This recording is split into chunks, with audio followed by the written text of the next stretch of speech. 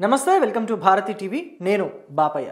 వైఎస్ఆర్ కాంగ్రెస్ పార్టీలో జగన్ మార్కు రాజకీయాలు చాలా డిఫరెంట్గా ఉంటాయి.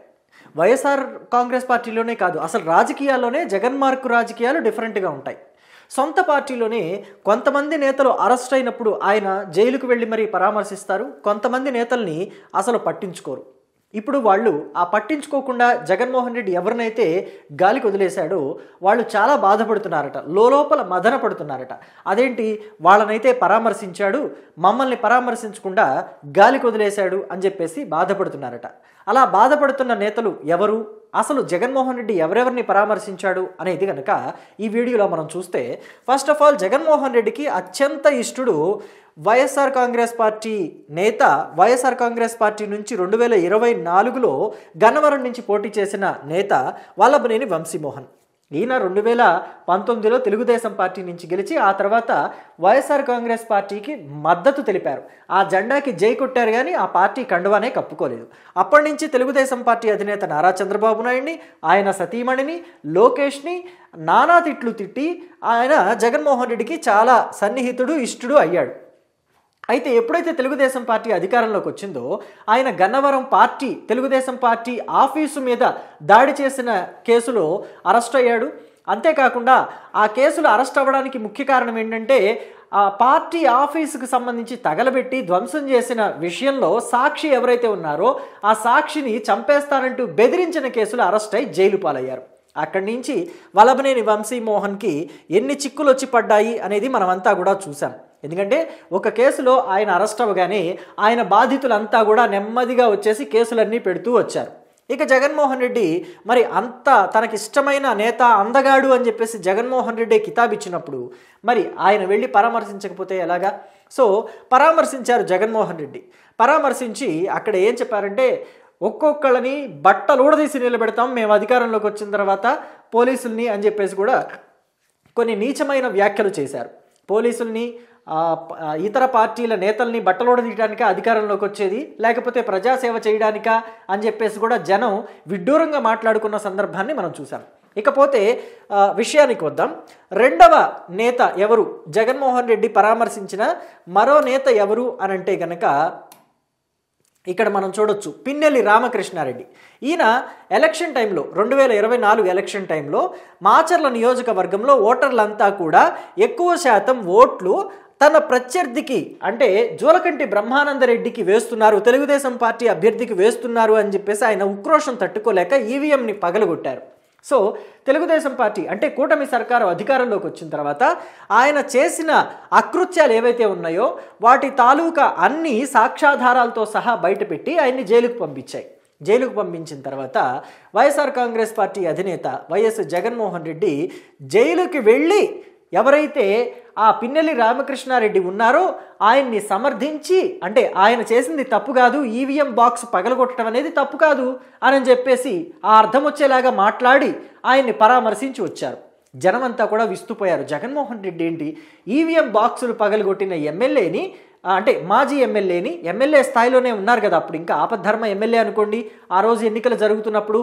సో ఆ పర్సన్ని పరామర్శించి రావడానికి జైలుకి జగన్మోహన్ రెడ్డి వెళ్ళటం ఏంటని అంత ఆశ్చర్యంగా చూశారు. కానీ పొలిటికల్గా చూస్తే అది ఆయనకు అవసరం కాబట్టి జైలుకు వెళ్ళి తన పార్టీ నేతని పరామర్శించుకున్నారు, వచ్చారు. అంతవరకు బాగానే ఉంది.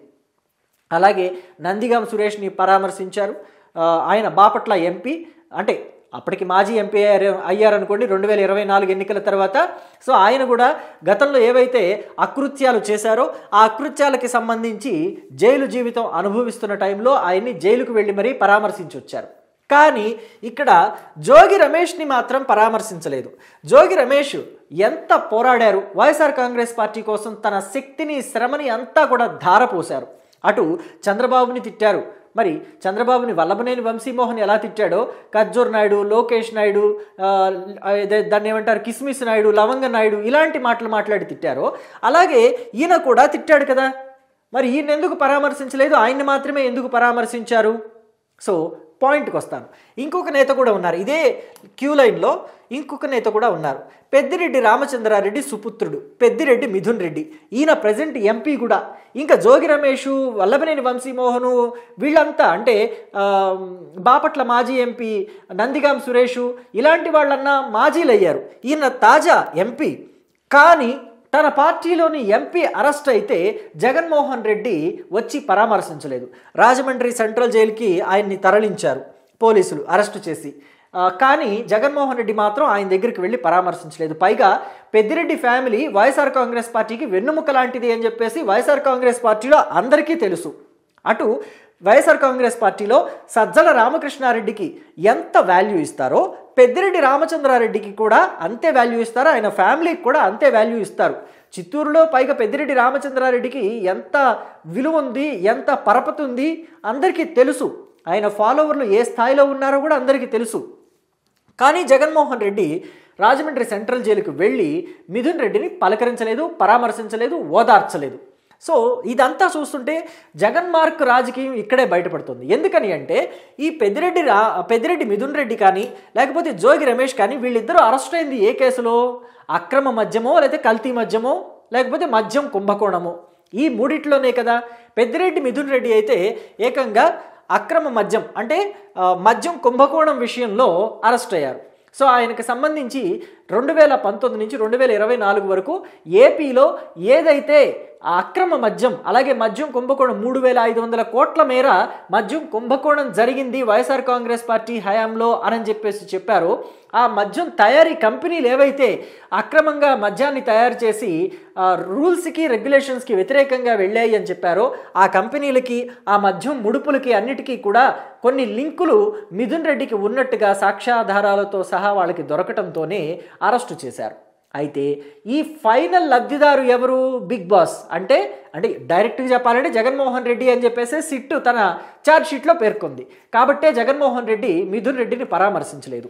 సో ఇక మరి జోగి రమేష్ విషయానికి వస్తే జోగి రమేష్ కూడా కల్తీ మద్యం విషయంలో అరెస్ట్ అయ్యారు. ఆయనే కల్తీ మద్యం తయారు చేయించి అద్దేపల్లి బ్రదర్స్ తోటి అద్దేపల్లి జగన్మోహన్ రావు జనార్దన్ రావు తోటి తయారు చేయించి ఆయనే మళ్ళీ అటు మీడియాకి ఇటు పోలీసులకి లీకులు ఇచ్చి ఆయనే తెలుగుదేశం పార్టీని దుయ్యబట్టి వార్తల్లోకి ఎక్కారు. ఈ క్రమంలో అసలు ఈ కల్తీ మద్యం తయారీకి సంబంధించి మూలాలు వెతకటం ప్రభుత్వం మొదలుపెట్టింది. వెతికితే అద్దేపల్లి బ్రదర్స్ దొరికారు.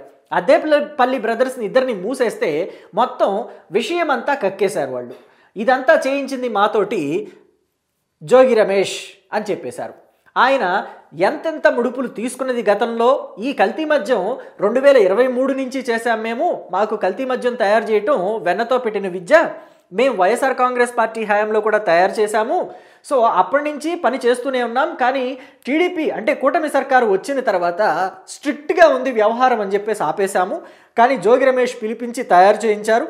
ప్రభుత్వానికి, చంద్రబాబు నాయుడుకి, లోకేష్కి చెడ్డ పేరు తీసుకురావాలి మనం, అందుకే మనం ఇది తయారు చేయాలి, వీటిని సరఫరా చేయాలి. సో సరఫరా చేసి పట్టుబడిన తర్వాత మీరు టీడీపీ పేరు చెప్పాలి, మీకు యాంటిసిపేటరీ బెయిల్ వచ్చేలాగా నేను చూస్తాను. సో ఇదంతా సహకరించండి అని చెప్పేసి ఆయనే చెప్పారు. మేము ఆయన చెప్పిన ప్రకారమే చేశాము. కానీ మాకు ఆర్థిక సహాయం చేస్తానని మాట తప్పారు, యాంటిసిపేటరీ బెయిల్ ఇప్పిస్తానని మాట తప్పారు. అందుకే మేము మొత్తం విషయం చెప్పేస్తున్నాము అని చెప్పేసి అద్దేపల్లి బ్రదర్స్ మొత్తం విషయం అంతా పోలీసులకు చెప్పేశారు. చెప్పేసిన తర్వాత పోలీసులు అద్దేపల్లి బ్రదర్స్ మాట మీదే ఇన్వెస్టిగేషన్ చేశారు. చేస్తే వాట్సాప్ చాట్లలోనూ, గూగుల్ టేక్అవుట్స్లోనూ, సీసీ కెమెరాల్లోనూ, బ్యాంక్ అకౌంట్స్ విషయాల్లోనూ అన్నిట్లోనూ జోగి రమేష్ దొరికిపోయాడు. దొరికిపోయినప్పుడు ఇప్పుడు పోలీసులు జోగి రమేష్ని మూసేశారు. మూసిన తర్వాత ఆయనకి కోర్టు కూడా ఏం చేసింది? రిమాండ్ విధించింది. రిమాండ్ ఖైదీగా ఆయన్ని జైలుకి పంపించినప్పుడు మరి జగన్మోహన్ రెడ్డి వెళ్ళి పరామర్శించాడు అనుకోండి. ఈ అద్దేపల్లి బ్రదర్స్ చెప్పినట్టు 2023లో కూడా వీళ్ళు కల్తీ మద్యం తయారు చేశారు కాబట్టి మరి దీనికి జగన్మోహన్ రెడ్డికి ఏమైనా లింకులు ఉన్నాయా? అలాగే జగన్మోహన్ రెడ్డి ప్రమేయం లేకుండానే జోగి రమేష్ ఇంత నాటకమాడి అద్దేపల్లి బ్రదర్స్ని అడ్డం పెట్టి ఇంత నాటకమాడి టీడీపీ మీద, చంద్రబాబు నాయుడు మీద బురద చల్లడానికి ట్రై చేస్తాడా? లేదు కదా. సో ఇలాంటి అనుమానాలు ఉన్నాయి. అంటే జగన్మోహన్ రెడ్డి హస్తం ఈ కల్తీ మద్యం వ్యవహారంలో కూడా ఉంది అనే అనుమానాలు ఉన్నాయి. కాబట్టే జగన్మోహన్ రెడ్డి పెద్దిరెడ్డి మిథున్ రెడ్డికి అలాగే జోగి రమేష్కి ఇద్దరికి పరామర్శించడానికి వెళ్ళలేదు, వాళ్ళిద్దరికీ దూరంగా ఉన్నారు. ఇదే జగన్ మార్క్ రాజకీయం. జగన్ అవసరమైతే ఎంతటి వాళ్ళ గొంతైనా కోసేస్తాడు అని చెప్పడానికి ఇదొక పెద్ద ఉదాహరణ అంటున్నారు పొలిటికల్ అనలిస్టులు. ఎందుకంటే అవసరం తీరిపోయిన తర్వాత ఆవిడ దూరం విసిరేయటం జగన్మోహన్ రెడ్డికి అలవాటే అని చెప్తున్నారు అనలిస్టులు కూడా. ఎందుకంటే గతంలో తన చెల్లితోటి తన తల్లితోటి అవసరం తీరిన తర్వాతే జగన్మోహన్ రెడ్డి వాళ్ళిద్దరినీ దూరంగా పెట్టేశారు. సో సొంత తల్లిని చెల్లిని దూరంగా పెట్టిన జగన్మోహన్ రెడ్డికి జోగి రమేష్ పెద్దిరెడ్డి మిథున్ రెడ్డి పెద్ద లెక్క అని చెప్పేసి పొలిటికల్ వర్గాల్లోని అనలిస్టులు అలాగే సీనియర్లు పొలిటికల్ సీనియర్ నేతలు అందరూ కూడా మాట్లాడుకుంటున్న విషయం అయింది ఇప్పుడు ఇది. సో ఇది ఇప్పుడు హాట్ టాపిక్గా నడుస్తుంది ప్రస్తుతం పొలిటికల్ సినారియోస్లో. సో దీని గురించి మీరేమంటారు? పెద్దిరెడ్డి మిథున్ రెడ్డిని జోగి రమేష్ని ఎందుకని జగన్మోహన్ రెడ్డి పరామర్శించలేదు?